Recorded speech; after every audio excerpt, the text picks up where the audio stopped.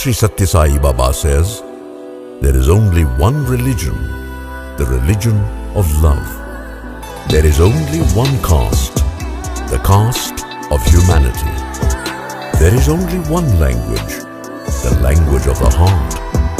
There is only one God, He is omnipresent. Namo Namo Satya रूपाय